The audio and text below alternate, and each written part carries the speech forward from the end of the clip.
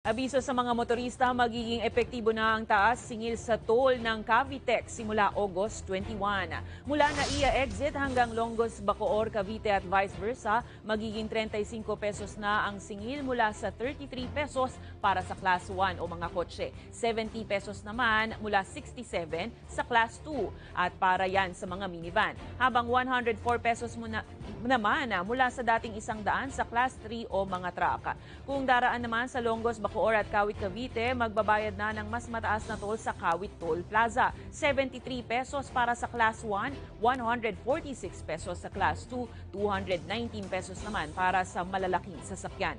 Nilinaw naman ng Toll Regulatory Board na walang kinalaman ng sunod-sunod na pagtaas sa presyo ng petrolyo sa halos magkasunod ring pag-aproba ng dagdag singil sa toll.